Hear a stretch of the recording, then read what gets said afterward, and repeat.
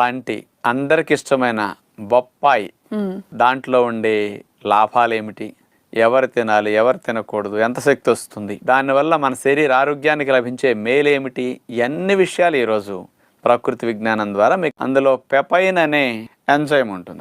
ఇది ఆహారం త్వరగా జీర్ణం అవటానికి బాగా ఉపయోగపడుతుంది. ఫస్ట్ లాభం అది. రెండోది బొప్పాయిని గనక నెత్తికి పెట్టుకుని ఆ పేస్ట్ ని స్నానం చేస్తే కండిషనర్ గా జుట్టుకి బొప్పాయి చాలా బాగా ఉపయోగపడుతుందని సైంటిఫిక్ గా ప్రూవ్ చేశారు.